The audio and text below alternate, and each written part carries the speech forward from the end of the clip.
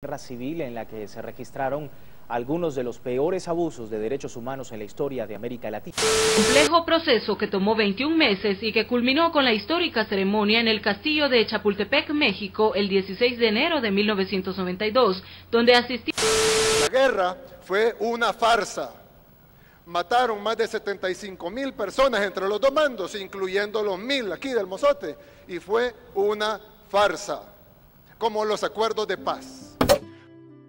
En El Salvador, entre 1980 y 1992, fue territorio de un conflicto armado. Según el informe de la Comisión de la Verdad, algunos de los crímenes cometidos en estos años fueron el asesinato de Monseñor Romero, la masacre de la UCA, la masacre de El Mozote, los secuestros, la desaparición y tortura de gran cantidad de civiles. Se estima que en este tiempo fueron asesinadas más de 75,000 personas. Fue hasta el 16 de enero de 1992 que El Salvador le puso fin a este capítulo con la paz negociada, mediante acuerdos entre las dos partes en conflicto. 30 años después de la firma de los acuerdos de paz, dos generaciones reflexionan sobre qué pasó y cómo se vive en la cotidianidad los derechos conquistados. Soy Yuri Cortés, fotoperiodista con una trayectoria de más de 30 años en el ejercicio periodístico. Trabajo actualmente para la agencia internacional de noticias France Press. ¿Cómo era conseguir la información en la guerra? Fíjate que era bastante difícil en realidad y tanto así que para ir a una zona de control guerrillero era casi imposible, que la tenías que ingeniar de una manera, o sea, evadiendo retenes del ejército, de la guardia, de la policía, de todos los cuerpos de seguridad que existían y del ejército, por supuesto.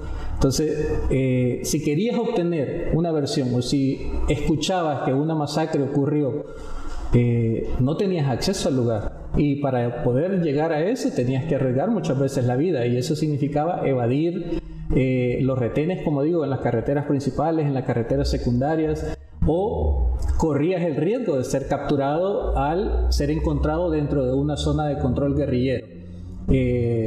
Eso era bastante difícil. El único medio que a veces se tenía para poder conocer lo que pasaba en el campo era las emisoras guerrilleras. Bueno, soy Morena Herrera, soy defensora de derechos humanos y activista feminista en El Salvador y en América Latina. Me gustaría saber, según vos, ¿cuáles fueron los aportes que tuvieron las mujeres? Las mujeres jugamos papeles, yo creo que importantes en el conflicto, en la parte de la guerrilla, que es donde yo conocí directamente. Las mujeres nos vimos obligadas a cambiar cosas que no debíamos hacer, a vivir en situaciones en las cuales no debíamos vivir, a transformar, a cuestionar los papeles más tradicionales de ser mujer. Pero en efecto se ha reconocido poco y se reconoció poco al momento de la firma de los acuerdos de paz. Y con esto que decís, después de 30 años ahora, este rol tradicional que las mujeres juegan, o que se pide que jueguen, que es el rol de la maternidad, le sigue costando. O sea, y yo lo veo en nosotras y lo veo en mis hermanas, y ese vínculo de madre e hija sigue costando por todo lo que implicó para ustedes que estuvieron en la guerrilla. Muy buenos días, mi nombre es Rafael Segura, soy sobreviviente de la tortura. Rafael, ¿cuáles eran las principales consecuencias para los jóvenes, por ejemplo, que decidían protestar o emitir su opinión o tomar las armas, por ejemplo? ¿Cuáles eran las consecuencias? Mira, las consecuencias por opinar contra el Estado era muerte. Vea, porque así te digo, te tipificaban de comunista o terrorista. Vea, desapariciones. Vea, ellos no entendían de código, no les importaban los derechos humanos. A ellos lo que les interesa que no los criticara nadie. Y a nivel internacional era un gobierno de paz, un gobierno democrático entre comillas. Y la verdad que eso llevaba la consecuencia también de cárcel. Prueba el caso mío. Bueno, mi nombre es Yolanda Magaña, soy editora de la sección política de Diario El Mundo. ¿Cómo ves, 30 años después de los acuerdos de paz, la situación de la libertad de expresión? Pues cuando empecé a trabajar en periodismo, poco después de la firma de los acuerdos de paz, sí se podía obtener información limitadamente de acuerdo a la discreción de las fuentes de dar la información. Sí existía un nivel de intolerancia, tal vez no el de la guerra, porque no implicaba muerte necesariamente, sino era amenazas, sino era una polarización política la que se vivió durante ese tiempo. Pero 30 años después sí he sentido cierto punto de inflexión o por lo menos alertas. No sé, retroceso se podría decir, tal vez no al nivel de lo vivido durante la guerra. Y es lo que te decía, es que no tenemos la libertad de preguntar como la tuvimos inmediatamente en los años 2011, 2012, 2013. Hola, soy Amanda Quijano, activista feminista, defensora de derechos humanos. Amanda, vos como mujer joven, pues, ¿cuáles serían los desafíos que enfrentan las mujeres en este momento?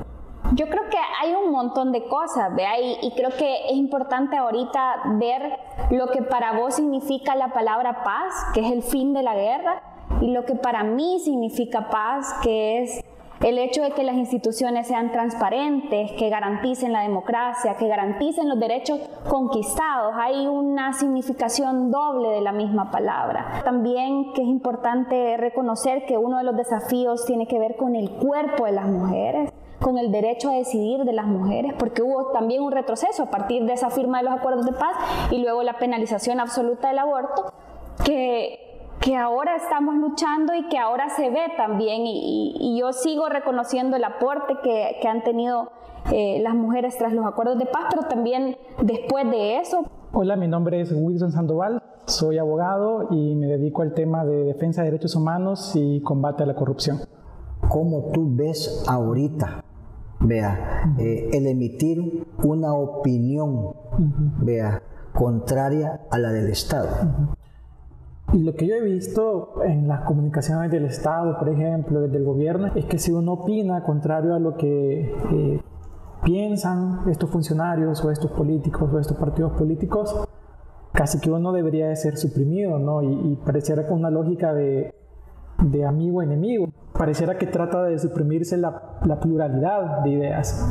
Y yo entiendo, y usted me corregirá, Rafael, que una de las cuestiones que ganamos con los acuerdos de paz fue precisamente ser plurales, ¿no? Claro. Y la diversidad, sí. Es decir, diversidad de partidos políticos, diversidad de opiniones, diversidad para poder mejorar las cosas. Puedo hacerlo a través de una protesta, puedo hacerlo a través de escribir una columna, de poner un tweet, pero pareciera que esas últimas cosas buscan ser penalizadas.